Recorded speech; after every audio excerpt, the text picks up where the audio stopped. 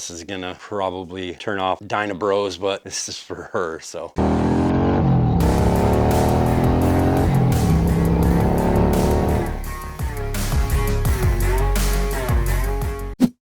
All right, so we're gonna start with the brake side. First thing we're gonna do is take this loose. This little set screw here we'll have to pull out. All right, for good measure, you should take like a length rethreader kit and just run it through these to chase any old Loctite or anything out of there. Now this bracket sits like this. The bolts that come in the kit use a 7/32. Don't know the torque specs on these right off the top of my head. But if you're ever concerned about a torque spec, look up the generic torque spec for a fastener. You'll be within the range for that size of bolt, that thread. I usually use the one that Fastenal has. It's pretty comprehensive. Now the next step, I'm going to take this peg mount off, and then we're going to move on to the back. We're going to loosen that brake push rod up. We're going to remove that because we installed a brand new one. So it's going to be real hard to see on here. This is the pin that you need to remove that shaft. It screws out. I'll show you a better view of it here in a second. I think they use it different. They call it like a pretzel style. Somebody must have hacked this one on there with like a key ring from a keychain. All right, that's off. We will need to remove the peg from here. All right, so on the rear master cylinder, this is where we're gonna unscrew this rod. This right here needs to be backed when you're either tightening or loosening that nut. This is a 7/16 and that is a 1/2 inch. The shaft is out and we can install the new one. Okay, I found the first hiccup with this kit. The end of this shaft, the new brake push rod, the end I had to put into my grinder and use the wire wheel on the grinder and clean up this end because this nut would not thread on. Okay, while you're installing this rod, even though I had trouble with the nut, you are still going to want to back this up with a 7/16 when you're screwing this rod in. Okay, to assemble this, you're going to want these 2 plastic washers and this little shaft. It's a pivot shaft.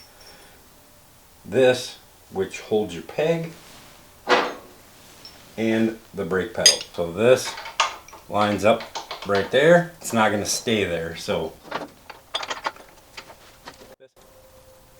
we're just going to let that hang right now. See the little indent there?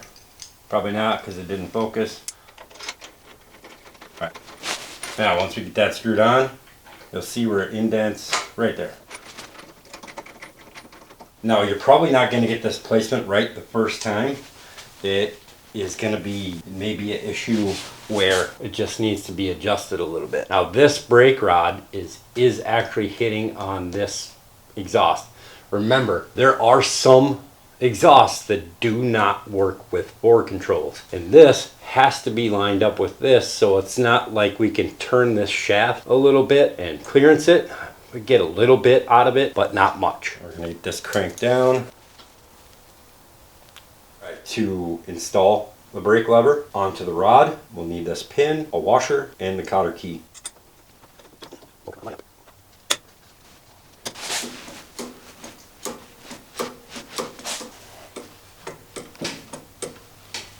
Now the next thing we got to do is pull the old peg off, put the brake pedal cover on.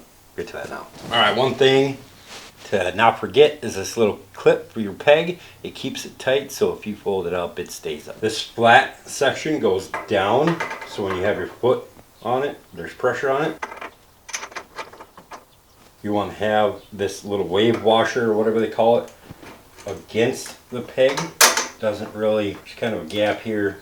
We might be able to close that gap when we tighten it up.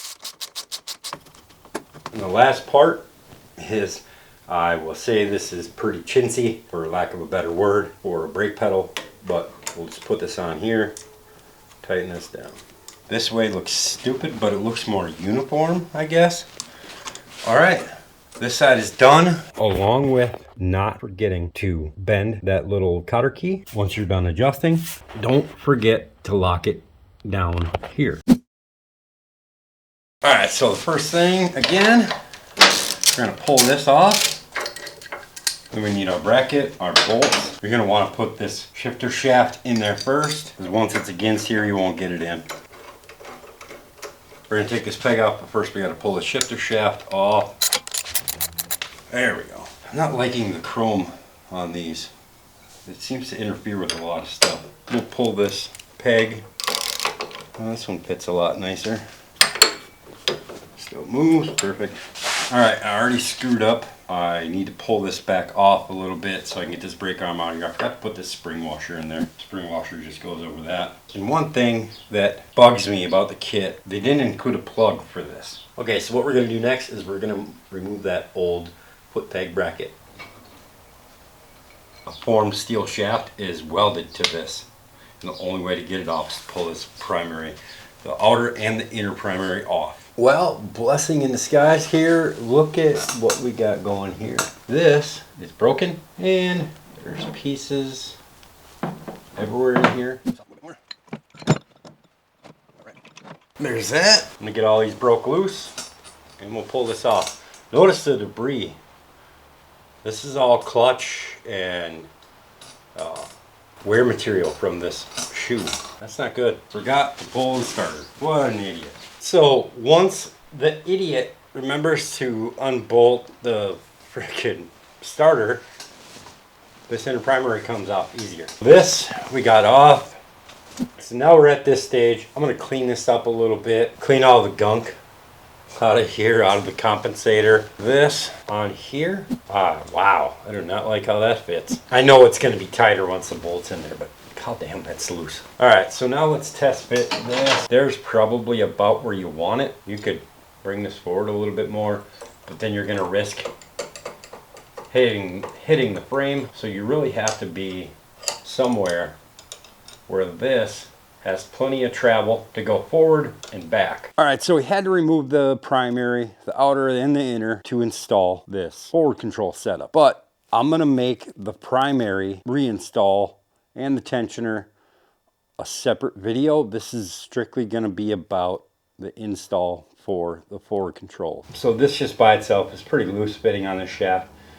I wanna make sure that there's enough to shift back and forward, but to do that, I'm gonna have to partially assemble, and the stock one was straight up, so we'll start there. Okay, so I got this on here.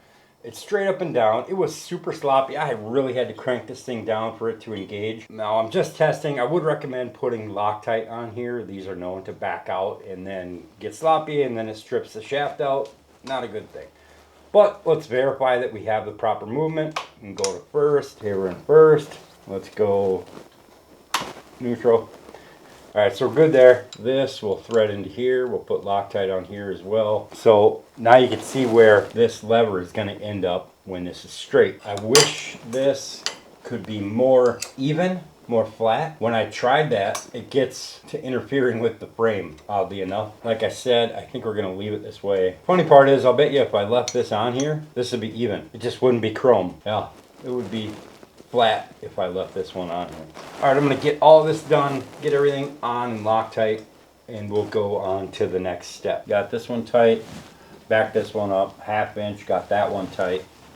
Now onto the shift lever. Depending on where your foot will sit, this shift lever may need to be in a different spot, but here's the pain. This stuff doesn't fit like the Harley Davidson stuff does. They just don't quite fit nicely together. Like this one was super sloppy. Now this one is excessively tight. Got to go on there a little bit further to line up with the spline. Make your stuff to fit properly.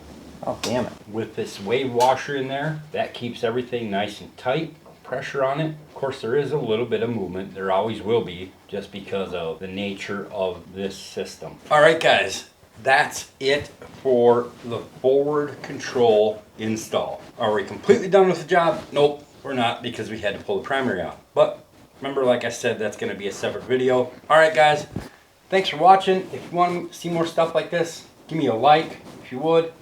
Thanks for watching, guys. And remember, the V-Twinkie, we built it to ride.